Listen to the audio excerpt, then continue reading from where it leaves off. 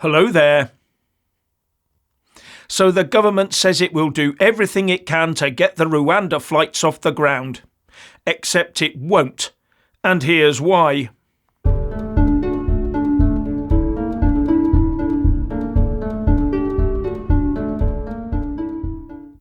We have been given assurances that the government will leave no stone unturned in its efforts to get the Rwanda flights off the ground in order to upend the people traffickers' business models. The Prime Minister Rishi Sunak even said we would revisit our international agreements if that's what it would take to get the job done, hinting that possibly leaving the ECHR is now on the table. Something that should have been dealt with years ago. However, we're going through all this nonsense while the EU has just ruled that Italy's plans to send asylum seekers to Albania for processing are legal. That just makes it look like our establishment is doing all it can to keep the small boats coming over, doesn't it? But now we hear, via a former Tory Chancellor of the Exchequer, George Osborne, that pulling out of the ECHR is off the table, while Lord David Cameron is our Foreign Secretary. So no, the government isn't going to do everything it needs to do in order to get the Rwanda flights off the ground. Not only that, the Transport Secretary, Mark Harper, suggested that leaving the ECHR is not necessary. He said, "We are still shooting and have the ambition to deliver those flights in the spring as planned, and we think that delivering this new treaty and changing domestic legislation will enable us to do so." So they are going to sign a treaty with Rwanda where Kigali agrees to ensure no asylum seekers we send there will ever be put at risk of being sent back to the country they're seeking asylum from, while at the same time the emergency legislation they are planning to put in place seems to be a statement that Rwanda is a safe country. Now, I want the flights to Rwanda to start sharpish. Anything to chip away at this problem manufactured by the so-called interpretation by external courts of international treaties we signed up to decades ago in totally different geopolitical circumstances. I say I want to see the government to do anything, but I will add, except employ the Labour Party backdoor open borders policy of rubber stamping just about everyone in, which is what they'll do. Anyway, I want the government to do all it can to prevent this constant flow of people coming here illegally. But merely declaring a country safe by law does seem a strange way of going about it. I mean, why not therefore just make a law that says Syria and Ukraine are safe, for example? That would never fly, would it, as it's palpably untrue. As Lord Sumption, former Justice of the Supreme Court, said, it is both profoundly discreditable and constitutionally extraordinary for a Prime Minister to try and use the law to change fiction into facts. For as long as black isn't white, the business of passing Acts of Parliament to say it is profoundly discreditable, he said. It's therefore just a cheap legal gimmick, and would make us look ridiculous on the international stage. The reason that the initial Rwanda plan recently failed in the Supreme Court is because those lawyers working for their clients who are against the plan were able to provide the possibly left-leaning judges with sufficient evidence for the appeal and Supreme Courts to rule the plan unlawful. And any new plan will be challenged and tested at length in the same manner. So if our sovereign parliament has declared Rwanda to be safe and shows the courts a brand new treaty, but the other side produces loads of evidence proving those going there are at risk of being sent back to their home countries, then what? And for that reason, I don't think it will ever get that far.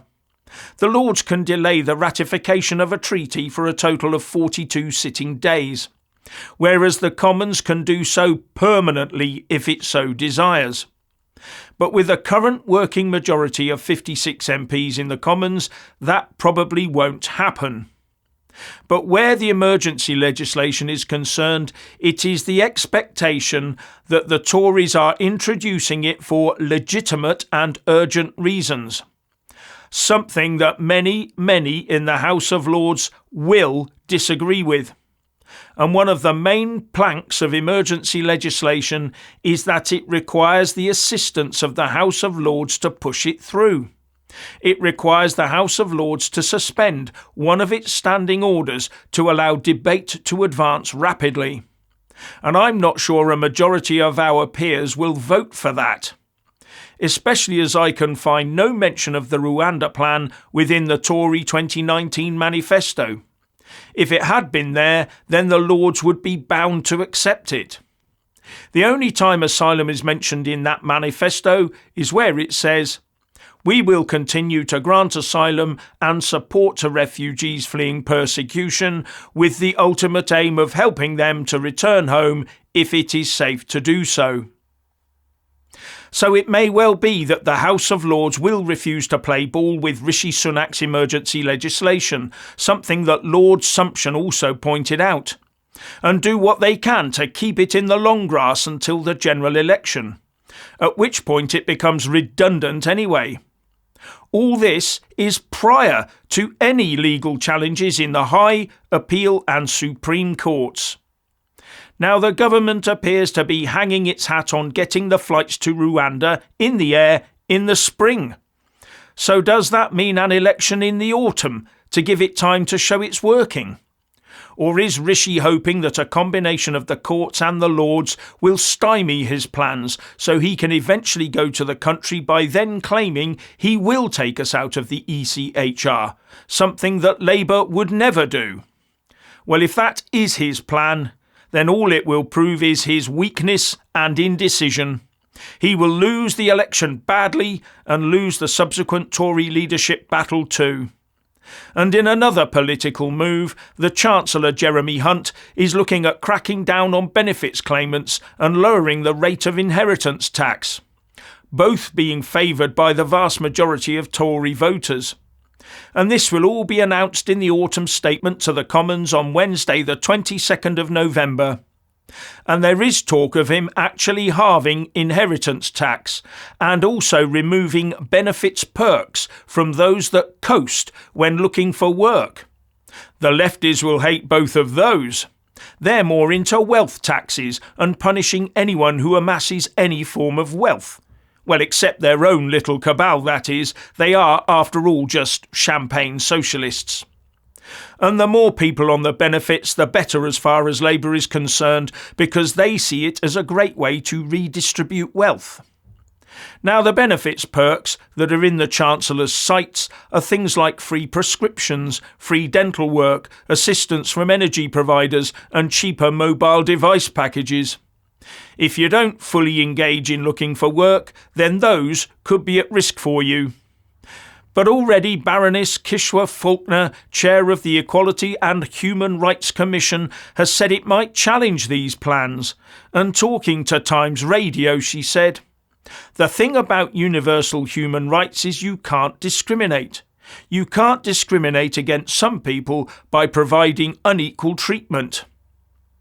But I have to point out that things like free prescriptions are not universal.